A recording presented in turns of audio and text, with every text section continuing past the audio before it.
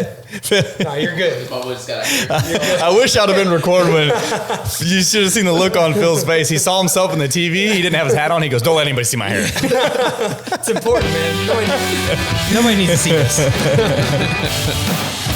I used to be real good about like doing my hair and stuff, you know, but man, when you wake up at 4 a.m, it doesn't always work. You're telling me. I've always thought the idea of like random baldness would be funny. Like if you were to come in and you're just bald as shit, but you didn't tell any of us. you take the hat off. You're just like, "Ooh, man, it's hot." Ooh, all of them be like, "Whoa." This intro's much better. Yeah. It's just a funny idea to me. I'm not saying it's the funniest idea. It's just a funny idea to me. Like, oh man, you know that's the funny idea. Like getting started on a podcast and then just starting all over, and then starting the house on fire. Starting all over. What are you talking about? This is the first time that we recorded all day. So, my bad. So for the listeners at home, Phil went bald. We had a house fire, and Alex forgot to introduce himself. And I lost my phone. Nice. As long as it's not vibrate, we're all good. Oh, the OTG podcast was a disaster today. Man. But as you can see, I'm back in microphone in chair number 1. It's like, Alex, you know what it's like? By the way, the viewers at home can see we have a special guest, Alex. We're going to get to him in about 3 minutes. First of all, I got to talk about how, you know how like, even if your car's not brand new, which I've never, ever in my life owned a brand new car that straight off the lot, that was mine. But anyhow, you get a used car or you've had the same car for a while and it's kind of, but then you detail it or you have it detailed. Get it washed. Get some armor on the washed. Get some armor on the tires. Get the dash wiped down, and you hop into it, and you're like, "Dang, this is my ride right here." Yeah, you kind of like this is my boo, right? Yeah, that's how I feel right now being in chair number 1. I'm like, man, because I wasn't here last week, because I've been working these night shifts. They're rough on me. I got about a week left. And then I'll go back to my normal schedule. We'll have plenty of time. Hell yeah. I'll be off on Fridays where we can sit here and talk for 4 hours. Thankful the listeners at home are grateful for that. Yes. They like to hear me talk for 4 hours. And it can happen. But anyhow, yeah, it can happen. I missed last week. It's my second ever podcast I missed. I feel terrible about it because I am part of this podcast that is part of me. But the good news is, we got the crew in the house. We got a very special guest today. We got our neon sign. So I'm gonna hand the microphone over to our guest, Mr. Alex. I'm gonna let Alex talk about Alex. So Alex, tell us a little bit about what you do, who you are, what you do, where you come from, and like Phil was saying before the show started, we're gonna build. There's gonna be certain things you say that we're all gonna pull out and start conversations about. So go ahead, man. Tell us about you. Got you, man. Well, again. So my name's Alexander, and I actually own one of the fastest growing moving companies in South Texas. Okay. So we're coming up on year 2 in June. And man, shameless plug. What's it called? Moved by Faith. Moved by Faith. Yes, sir. One of the fastest growing moving companies in South Texas. So, do you move? Is it like more residential? Who's your audience right now? So I would say 80% of our work is residential, and maybe 20% people moving home to home. Home to home. Yeah. We've been doing a lot of long distance. We just recently got our intrastate authority. So we've been going. We actually just took a family to Idaho. I love Idaho. You ever been to Idaho? Nice. I went to Idaho, but man, I almost didn't come back. Really? What happened out there? It was just it's gorgeous. It was gorgeous. Like I was awestruck by just the mountains and the snow. The potatoes. But there was a potato museum. So I didn't get a chance to get the potatoes. But driving over there was like 2 winter storms, severe wind, and black ice roads. And I had a 26-foot box truck. I had a piano, 2 weight sets disassembled in the truck, heavy truck. Jeez. So these people trained. And they played piano. Wow. What they did. Interesting skill set. Classically trained. And they moved across the country. But it was honestly a rough experience. I feel like I earned some stripes Well, I don't know if it Easy on contributed. that microphone. Yeah, I don't know if it contributed to those biceps, but them things are large. As the viewers on YouTube, Sean, can you get in the screen over there? Can you fit in the screen over all there? the viewers I that don't even have, know, man. There's a lot going on over here. all three of us came today. all the viewers that have liked and subscribed on YouTube, Well, if can they haven't, see, they have now. can see Alexander's biceps, which are large. This guy's got pipes on him. So, moved by faith. You almost didn't come home from Idaho, but you did. Yes, Because God got you here. I prayed. You prayed and he got you here. So you started Moved by Faith a couple years ago. It's growing fast. So let's go back to before Moved by Faith. Tell us a little bit about Alex and how you got to Moved by Faith. So how I got to move by faith? Yeah. A lot of faith. Right. Obviously, Yeah. a lot of faith. Well, where'd you start and then build into how it came about? So I worked for the railroad as a conductor. You're driving trains. Well, I was just a conductor. That's like an engineer operator. I was on the ground, but I was in control of the jobs. Yeah. And I did that for about 3 years. I worked night shift for about a year and a half. Sorry to hear that. Yes, it was hard. But during the daytime, I started doing moves. And so I would work, 7 to 7 at night for the railroad. And then I'd sleep for 2 or 3 hours, wake up and do moving during the day. And I would just work myself to tears. So you were, at that point, you were working for somebody else. Yes, I was Okay. employed by the railroad, and it But was a good hold job, on, but were you moving for somebody else or did Moved by Faith? no, this is completely organically grown. I mean, So you started with a pickup truck and you two started with two the biceps. just showing up, just like, hey, I'll move your stuff. Hey, listen. Oh, I got you. I'll move Okay. it. Yeah. And we started just, no insurance, no nothing, just a dream. And, since then it's just exploded. It's been miraculous. Yeah. We've been really blessed. Wow. Well, I used his service actually to move into here. Yeah. And I can tell you, these guys are legit. They come in. I wasn't even here. Did they move your piano? I don't have a piano, but if I did, I bet it's in safe hands Yeah. with these guys. Could you kind of expand on like the earlier parts of like even before Moved by Faith when you were doing those like kind of private jobs like that? Like, So did I you have had- any rough experiences there? Definitely. I'm really grateful for all my experiences leading up. I have an extensive background in fitness. To my core, I'm a fitness guy. I love being in the gym, talking to the bros. Obviously. My best employees have been guys from the gym. Some of my best business partners, guys from the gym. It sounds like it seems like you found some really good prospects at the gym for a moving company. Oh, yeah. Whenever they apply, they walk in and he goes front lat spread. Yeah, right. And they hit it and he's like, deadlift 500 pounds. This guy's the lead man on truck number one. That guy's got a front lat spread like you've never seen. So carry on though. But fitness, really my passion. And I would say that my fitness background is really what grew my empathy. I think empathy is what's really been the secret sauce in my business, is just me being empathetic towards, my guys that work for me or with me. And then really being able to put myself in my customer's shoes. And moving can be extremely stressful. It's a huge it's a big change. I mean, there's so much faith actually involved in moving. And sometimes it's not such a good day. It's not always a happy experience. Right. Very true. Right. Yes. Not always a happy experience, but fitness, I love fitness. Just no benefits. I had a son. So you were personal training prior to Moved by Faith. Prior to the railroad. Prior to the railroad, Yes. you were personal training. Exactly. And so you're meeting people in the gym. You're training people. You have a son. yes, sir. Okay. But So- I guess you kind of left something more stable, let's say. is Exactly. maybe kind of I what was happened. looking for insurance, Right. like a plant job, Yeah. set hours, good stuff like that, which the railroad's a good job, it was a Sure. good job. My little brother works for the railroad. So But, it was fun for a while, but it really didn't, there was something in me that was just like, I wanted more. this wasn't it. This isn't it, and the cap was so low, I was like, man, if I dedicate 5 years to this, I'll probably make 26 an hour. Yeah. And it's Yeah, like, you're looking at that hourly raise or whatever every year. it's a or percentage. And then it's like, when you're only making money by the hour for trading your time, it really took a lot away from my time with my son, with the family. So whenever, I was kind of raised with that idea. The man doesn't have to be present. He just needs to provide. So I was able to kind of break that stereotype in my life. And So you're the one.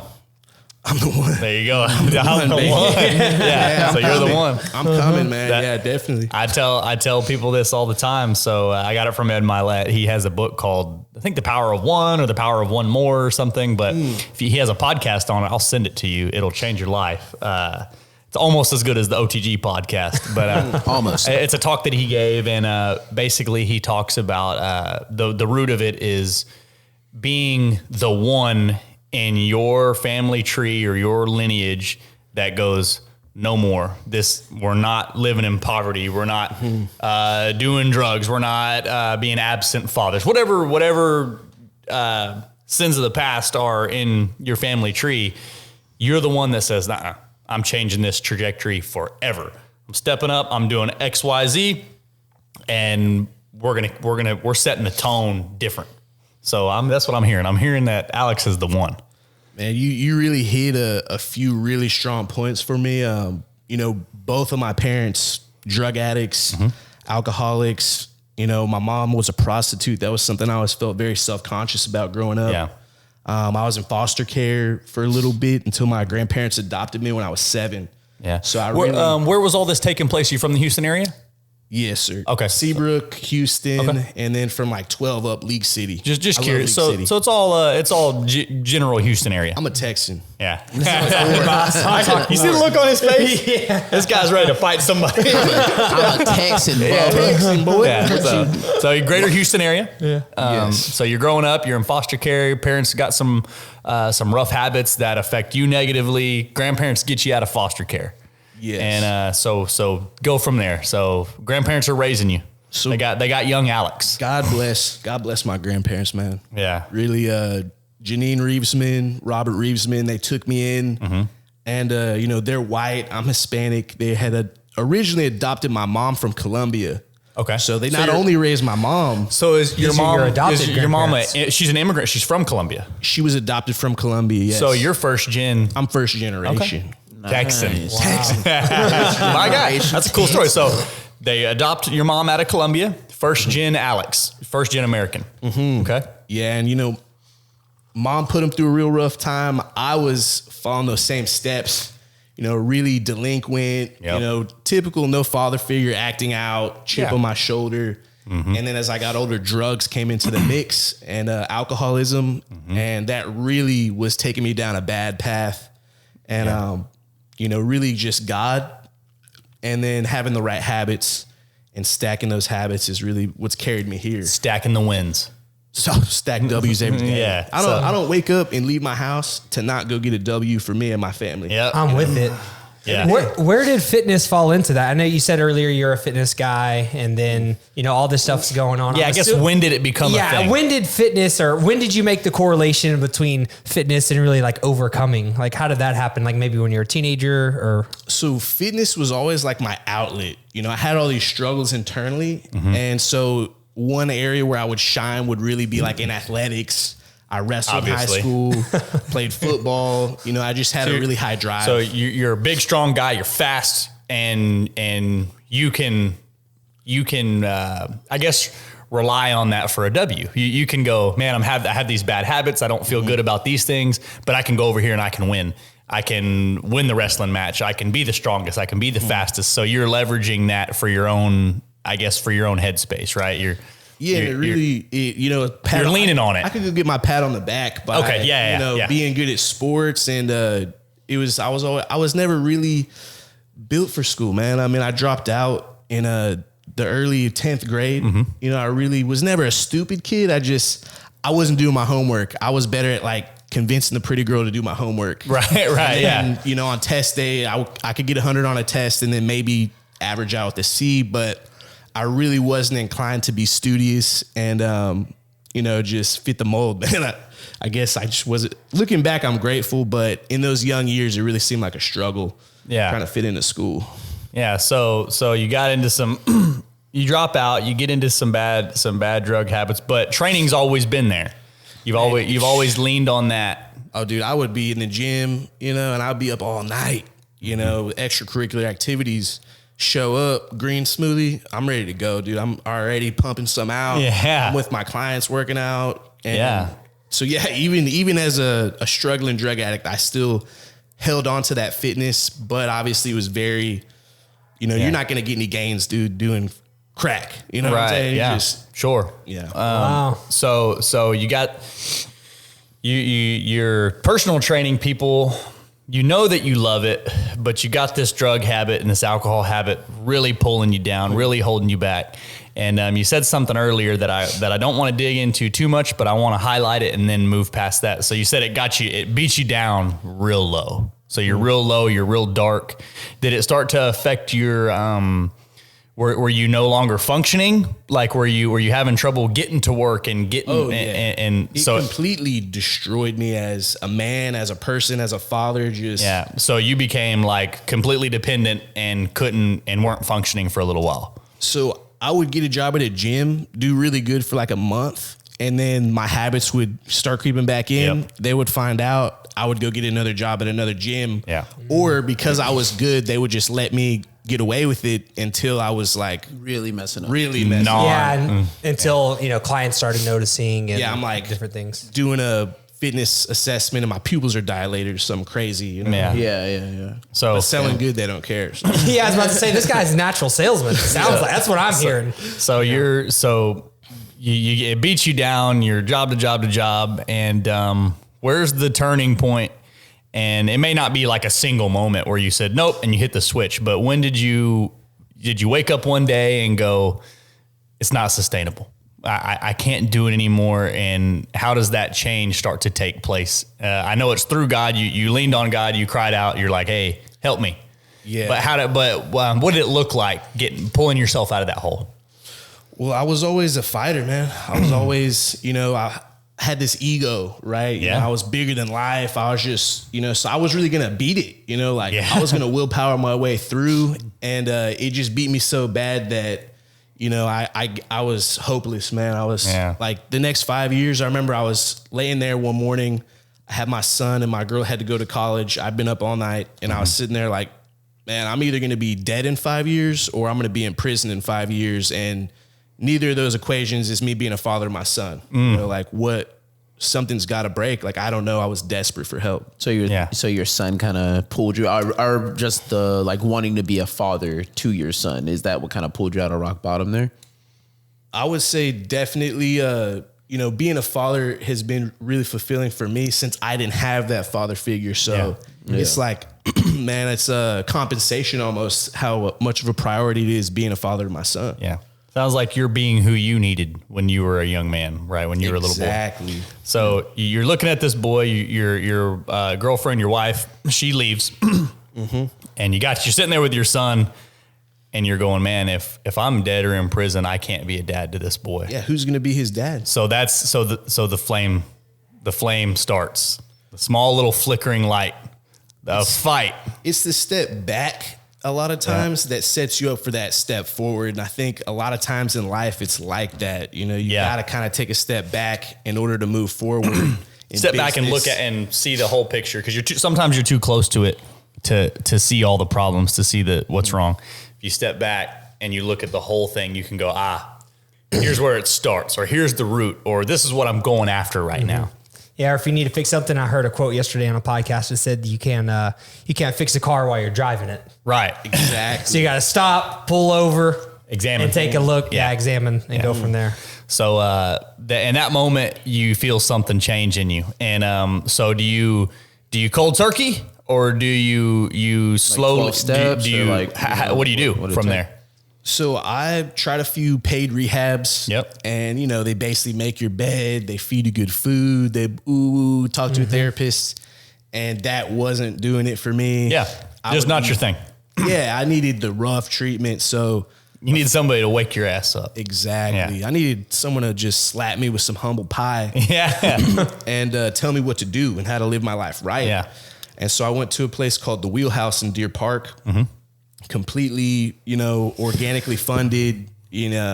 Actually, to get into that place, my grandmother and my son dropped me off. I had just gotten out of jail, relapsed, and now they're sending me to rehab.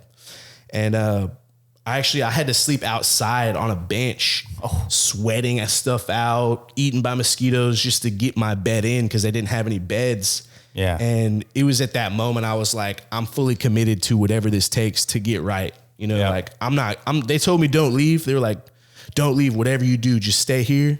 And I was like, I'm not leaving. So I went and slept on the bench. No one thought I was coming back. 4:30 a.m. I crawl back to the house and they let me in, and then they decided to give me a bed after that. Yeah. So the withdrawals were pretty rough. So coke is not like a real bad. That was my DOC drug of choice. But man, I was just sweating and your brain chemicals are all thrown off. So I'm depressed. I remember I had to call baby mama and tell her, and she laughed at me. You know, she had this new husband. I love the guy to death. He's awesome. But at that time, you know, we're still newly separated. It was a painful. Things were kind of rocky still during that time. Yeah, super hard time in life, man. Gotcha. Yeah. Damn. So you get into the wheelhouse. Yeah. And approximate time frame before you come out of there. And I'm assuming you never looked back. So continually looking back and helping these guys and sharing my story with them is really what's allowed me to maintain my sobriety. Yeah. You know, just like I said, the way to keep it is to give it away. You know, taking that step back is what allows you to take that step forward. And actually my first job I was there about 60 days. After 30 days of inpatient, no phone, no contact, you graduate to a halfway house.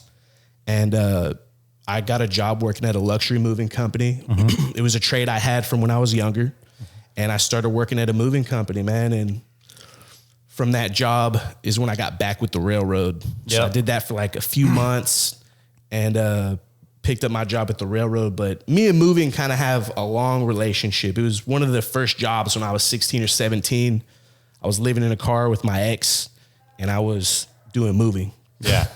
Nice. Yeah. So before the baby, that was before we had my son. way back. She was actually pregnant with my son while we were living in the car. Oh, she would wake up every morning, open the door, and throw up. Dang, that's a rough go. So you get back, So you get back. You're in the halfway house. You start moving a little bit, but you transition into the railroad full time. And is this where you spent that 3 years, and then you were working on the railroad at night and moving during the day? Yes. That's when this starts to happen. Exactly. So you're moving during the day, you're working on the railroad at night, you're sleeping like 2 hours. Dude, I'm taking like a... Obviously, you're hitting bicep curls as well. Somewhere in there. There's curls going on. I would work out. Dude, I got the training in no matter what. No matter. This guy right here, you ain't stopping him. None. So you're training, you're moving during the day, you're working railroad at night. And so step back, move by faith. You leaned heavily on God during this journey, right? To get sober. So God moved you, right? Your faith moved you in the right direction. So you're moving for you're just doing like an organic, get a Facebook page. Hey man, I'll move your stuff for you. Exactly. And what do you got, a pickup truck maybe? And we would just rent trucks. I think or my rent first a U-Haul moving or job, something. we did use my Chevy. It was a woman from AA because I have some roots in Alcoholics Anonymous. Sure. And she hired us to move a one workout bike and go and set it from her office to her garage. And she was like, hey, Alex, we can take a picture of the whole garage with all the weights and it'll look like you moved it all. And I was like, and I really had like an internal kind of, because I'm the owner now, I'm the one that's creating this thing. Yeah. There's no heartbeat yet. And I just really remember being like, my grandma raised me to be an honest man, and I'm not going to false advertise. And so I'm taking a picture of the bike. Yeah, I'm going to take a picture of the bike, which they're on our Facebook and stuff. Is just literally the bike in the back of my pickup truck and us putting in the garage. But there's been a few opportunities to be untrue, false advertise. Sure. I just recently had an investor approach me, that wanted to invest $100,000 into my business for like 6%. But they also wanted me to start, advertising one thing and then showing up charging something else, doing all these shisty, shady, and they're like bait and switch type of approaches to marketing to $1 million in less than a year. You'll be at $1 million, man. I've done this before, blah, blah. And I'm like, no, but that's where we're going to be different. Right. You know, so I'm sticking my guns, and so far it's proven to be the right decision for me now. Yeah. Back. So I read something the other day. I don't remember read it or if I was listening to somebody. I don't remember exactly who said it. I've only heard this one time before. I did hear it on Instagram. I can't remember who it was. It was basically a dad, and he was discussing with his young sons lying, and he got on there and he was telling the story after the fact. He was like, "Hey, I just want to get in here and talk about something." He goes, "I was trying to explain to I think he's got like a 2-year-old and a 4-year-old, lying, why it's wrong and everything." And he was like, "I said a lot more words than I needed to say, but what it boils down to is this: if you tell the truth, it becomes part of your past. If you tell a lie, it becomes part of your future." And you have to think about that lie for that forever, right? You have to uphold it in some way. And eventually your future gets too crowded with the lies and you can't navigate through, right? It's all these roadblocks and all these trees. Imagine each lie is a tree in the forest and you're trying to cut through that forest, right? He didn't use that analogy, but that's the way he explained it, was you start to have to navigate that in your future. And so it sounds like you went, there is some opportunity in there. And yeah, maybe it's a little bit of a white lie. Nobody's really ever going to know that I didn't move her gym equipment, but you're going to know. You're going to know. Yeah. And that's where the problem lies. And we're real big fans of, setting up the customer, telling them what is going to happen, and then just do that. Yeah. Do what you said. Daryl actually taught me. Exactly. Daryl taught me this one. Yeah. Because you remember when you were looking for somebody to mow the yard, somebody to mow the yard in Galveston, and no one could follow through, right? So what's the best business model? Tell the customer what you're going to do, and then do it. That's it. That's it. If there's obviously, people aren't going to, there's certain products that aren't going to sell because there's not a demand for it. But generally speaking, if you're building a model, you tell the customer, this is what I'm going to do. I'm going to train you X amount of days a week, give you a meal plan. We're going to follow up on these days. I'm going to show up to your house. I'm going to move all your stuff within 48 hours. I'm going to charge this much to this new location, and I'm going to charge you this many dollars. And you show up and you move that stuff within 48 hours and you say, okay, here's the exact bill we discussed. And they go, man, that guy showed up. He did exactly what he said he was going to do. He charged me the exact money he said he's going to charge me. And then he left. That is the best business model. And it's so simple. People are like, well, and like you said, these hidden fees and there's a lot of shisty stuff that goes around and people don't want to talk about it, but that's a shit business model. And people are always going to remember that. People are always going to remember. I want to talk about it. If it's bad business, I'll definitely I would love to talk about it. I think that more people definitely should, it's like if it's not good work. But if you do what you're supposed to do or you say that you're going to do, and the stuff happens and maybe it doesn't go as planned. You get a flat tire or whatever, right? But you make it right in some way. Those people are going to it's going to organically, word of mouth, dude, is the strong, especially with these in our hands. Word of mouth is this, how much is the strongest. You know how many times I'm a reviews person. I'll get online if it's a product, if it's a service, if it's a restaurant, and I'll go, okay. And my brain is, I'm a very much a percentage guy. I analyze real estate deals constantly. And the only reason I bring that up is because I look at a rating or reviews and go, okay, I got 4,387 reviews, 4.7 stars is the average. So if you have, I'll sometimes even look at the breakdown. Okay. They got 3 1-star and 2 3-star, and then the rest are 5-star. And it's like, you'll get on there. You're going to have your people that are like, they have one, I used to have an Airbnb last year and I got a bad review because there was a stray cat on the porch whenever they were leaving one time.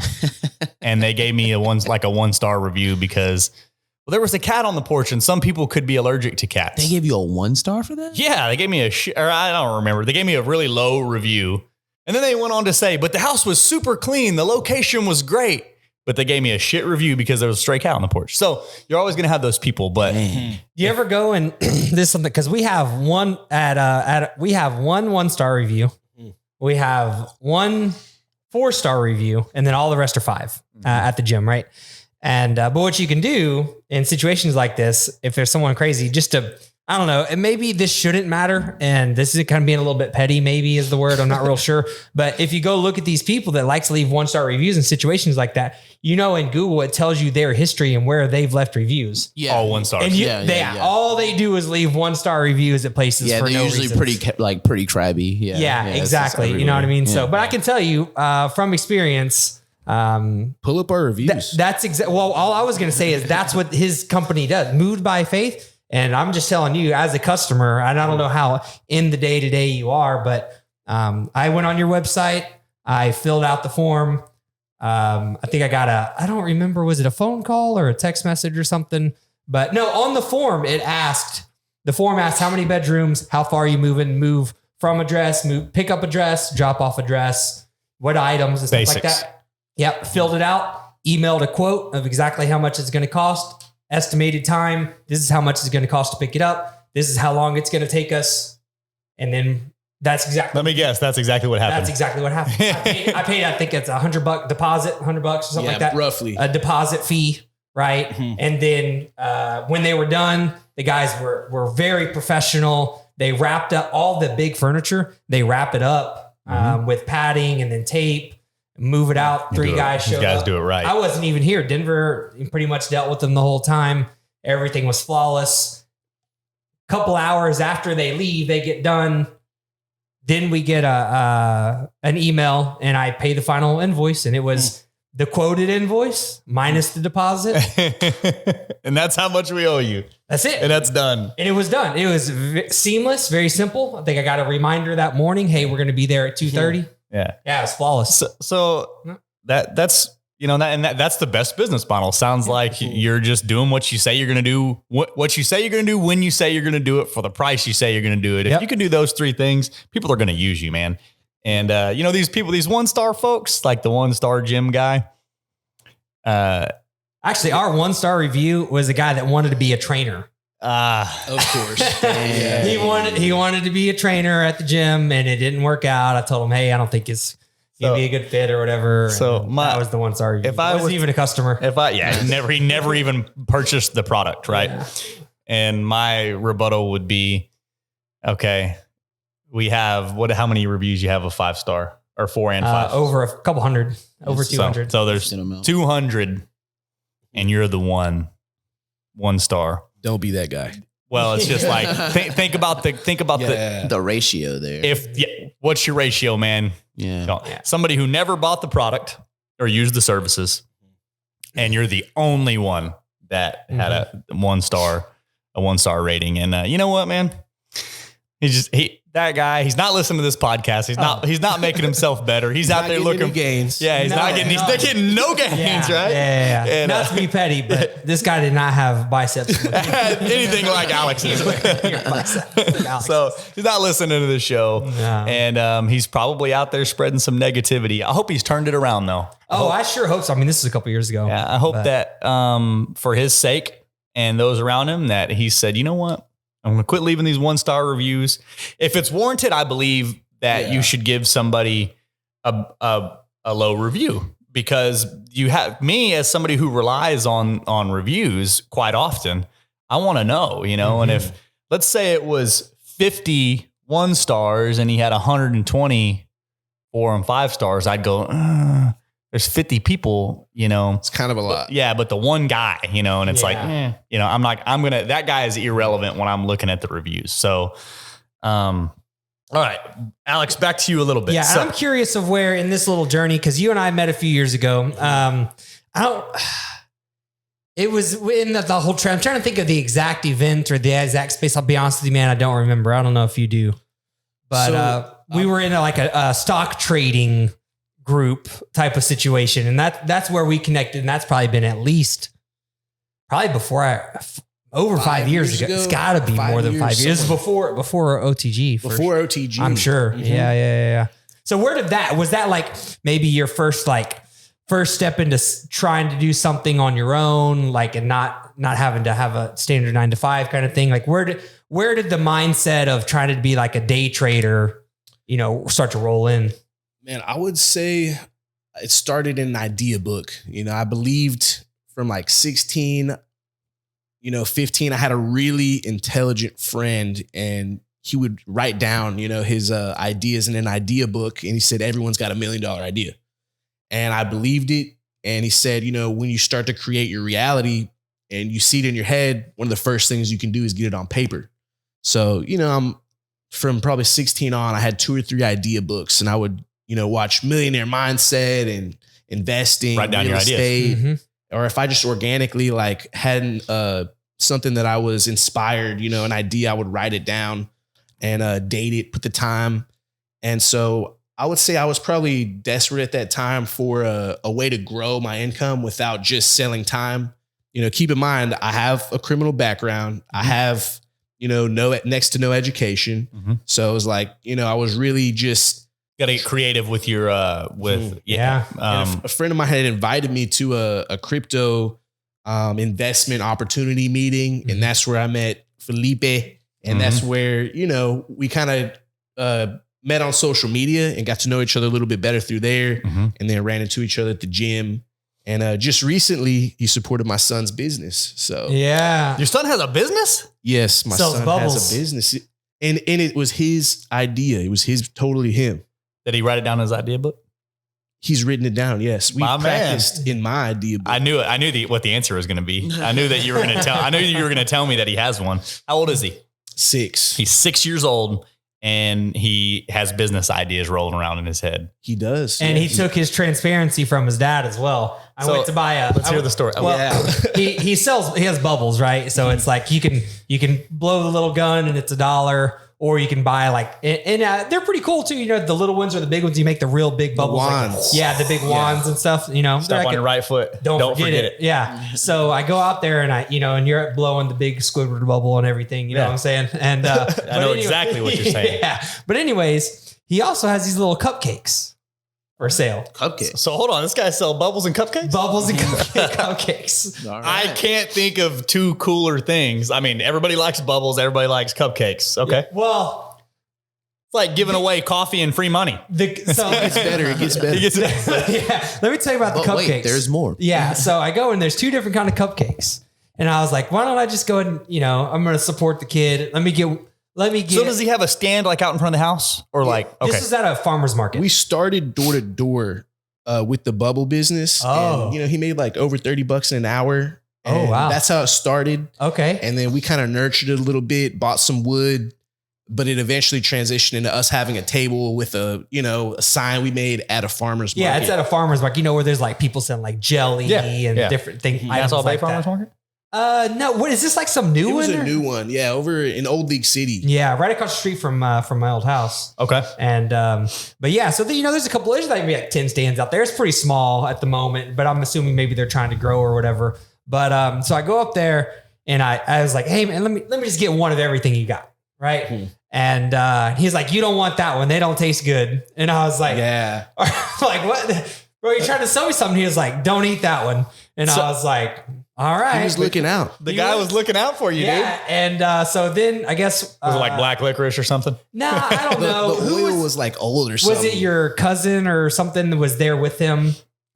She ended up telling me that something happened with the recipe. Oh, it just went bad. But my guy didn't sell it. He was like, hey man. He was like, you don't want this one. Don't that. He was like, yeah, that one's nasty. Just like straight up. So those people that'll come out, like when I'm at a restaurant, a lot of times I'm a big people person. I don't know anything about like psychology or I don't have any background in any of that, but I like to watch people. I like to see how people react. I like to pick their brains, see what kind of ideas they have.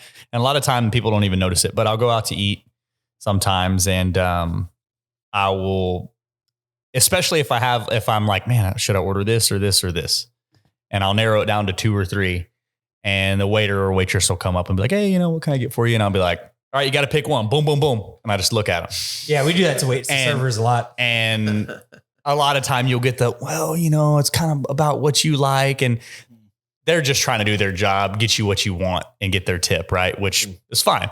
But then there's the ones that are like, bam, chicken fried steak, this baby. That right there goes hard. And I'm like, he didn't hesitate. He didn't even consider the other options. This has got to be the right option. This guy knew that this chicken fried steak is the greatest of all time. I need to get 2 of those. Don't you hate when they say, well, everything's good? Yeah. No, it's not. No, it's not. Yeah. Everything's not good. Yeah. What's good to you? Or you have the ones that don't really like anything. I don't really like, I eat French fries for every meal or whatever. Not literally, but they. There was no hesitation in the pitifulness of this one muffin. This muffin right here is trash. Honest, upfront business. Yeah.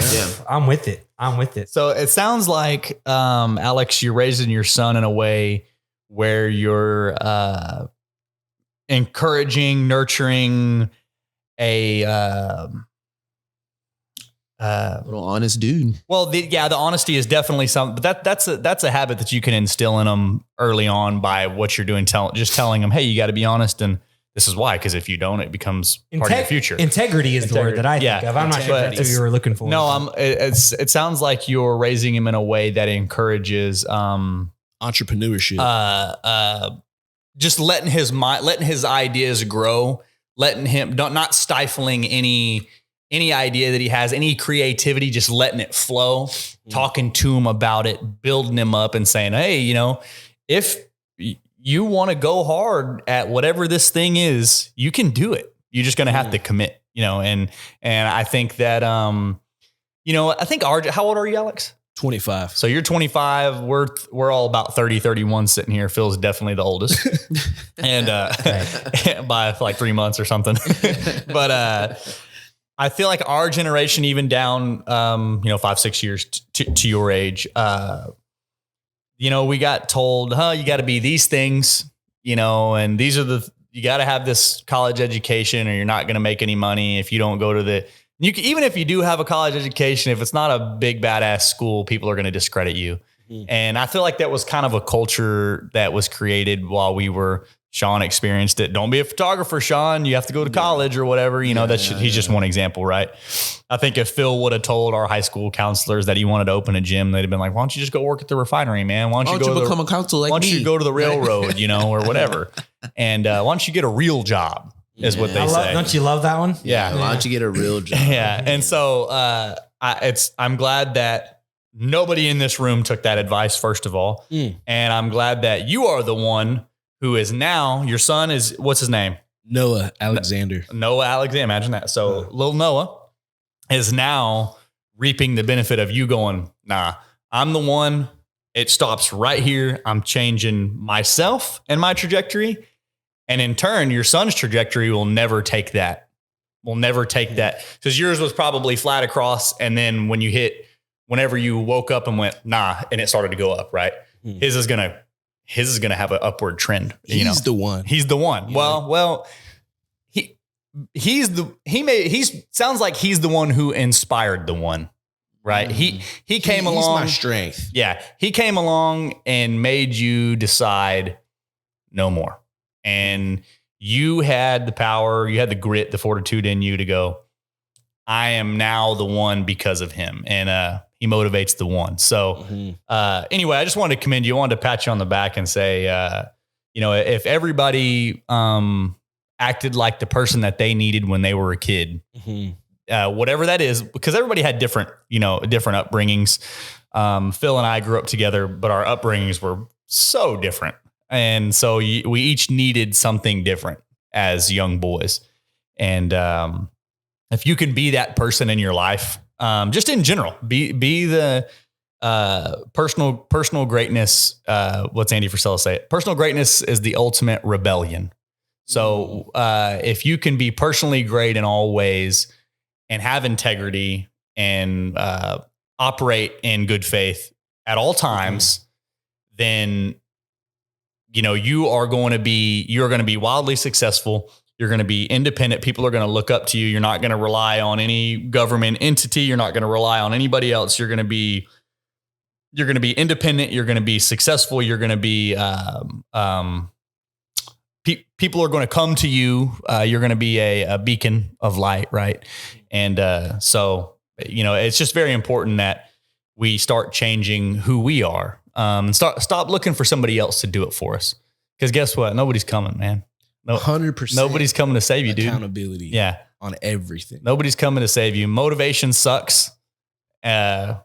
Discipline and accountability, dude. If you got those things with yourself, it truly, honestly, in your heart, if you got those things, nothing else, you got it, dude. You're done. You're not done, but you're in a good spot. You're primed for upward trajectory. And really, the amount of people that have all these tools and skills where they could be a business owner and be successful, and they just don't have the ambition, or they don't have the people behind them speaking life into their dreams. Yep. People would shit on me at work. Yeah. They're all in their 40s, struggling with alcoholism themselves, way out of shape. I'm running 2 miles before my shift. I just did leg day. Plus I've been up for 26 hours. Moved to house. I just did a 3rd floor apartment, and now I'm at work, about to work all night next to you. They hated me. And I told them I'm going to pay my guys really good. We pay better than any other moving company. Yeah. High. But they would laugh at me and say, there's no way you're going to pay somebody $20 an hour and make any money. How are you going to make money? I'll tell you what, man, whenever you show people that, and I'm not a business owner who has ever directly employed people. I have been employed, and I have been in charge of a large group of guys at work. Not anymore, really, because I've moved to a different job. But there was several years where I was basically a site lead, where I had 40, 50 guys and gals working for me at any given time. And I will say this: whenever and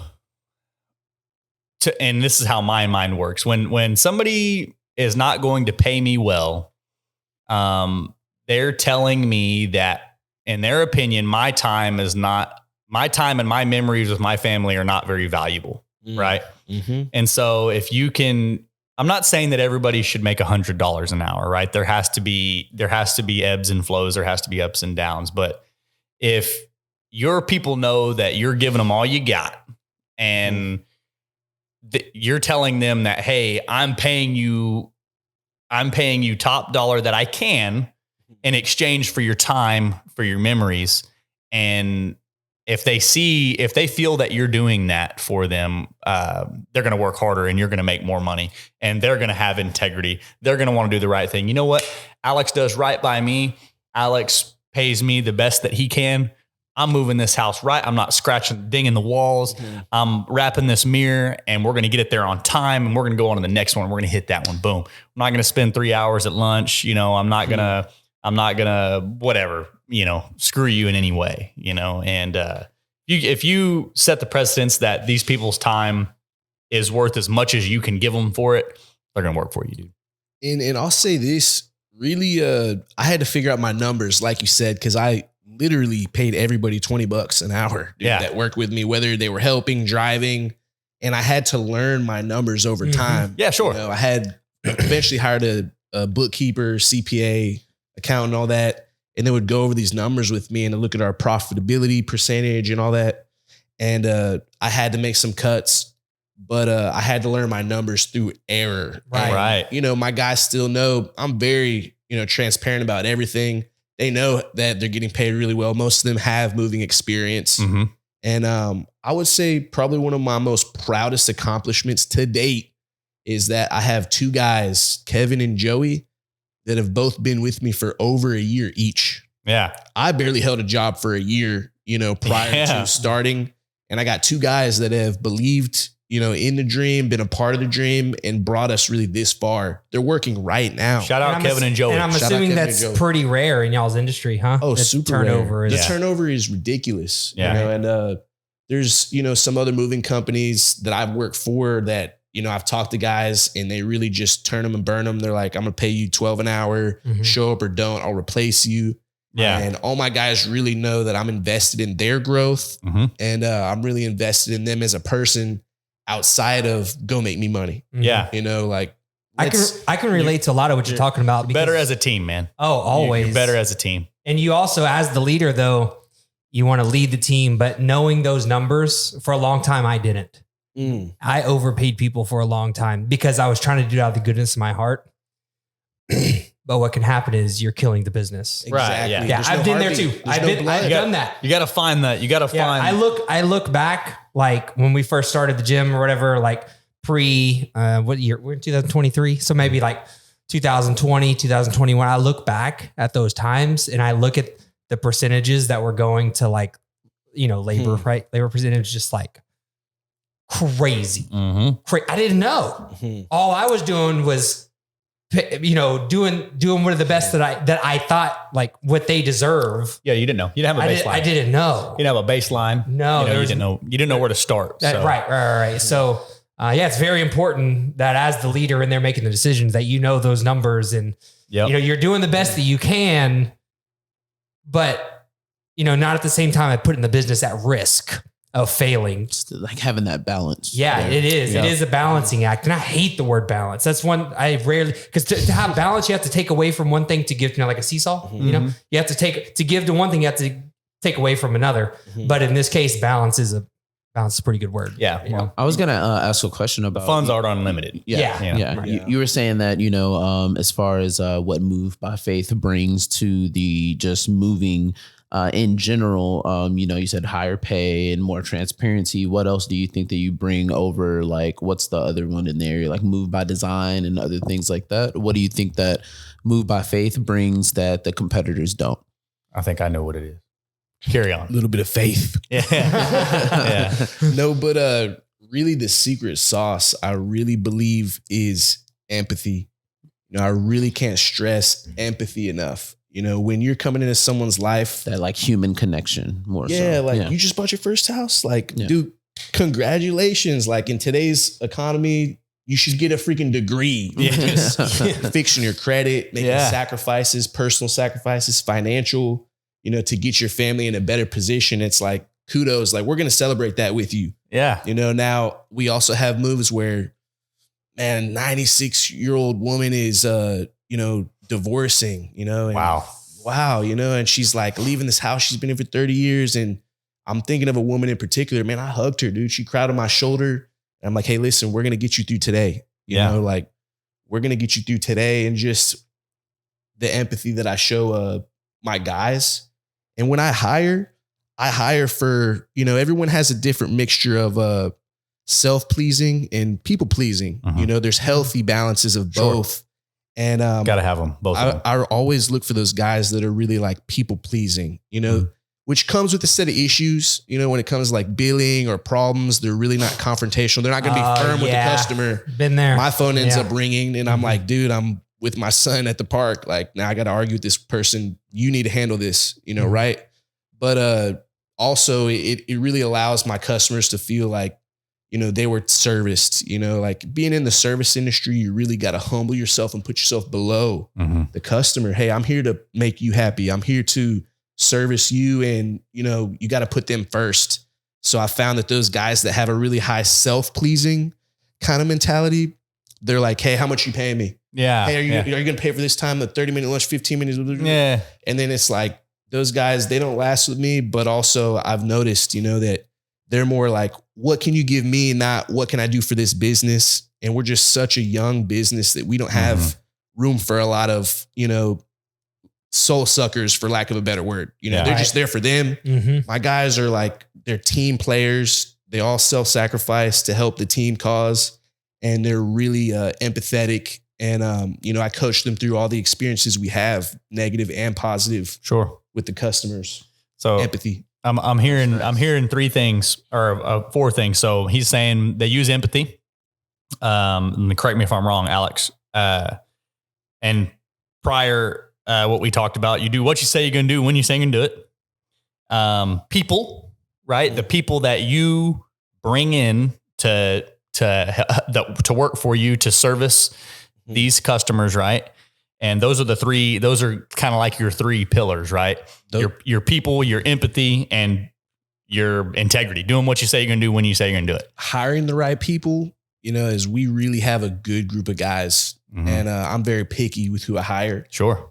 And then those upfront business practices, and then definitely the empathy of stepping into every move, every situation, and being like water, and being able to be there for that person or provide them the service they need. Moving is one of the most stressful things that we do, and sure. You got really some kids, add a, mom, stay-at-home mom, husband's travels for work. They got a huge house.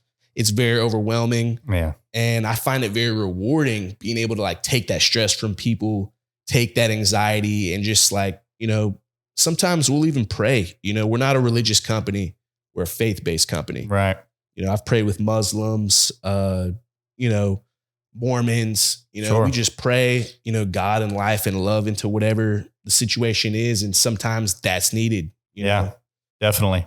And man, that's such a cool story, dude. So, Alex, man, we're going to have to wrap this up here shortly, dude. But man, dude, it's such a cool story, man. It was, I'm happy and sad that I'm just meeting you.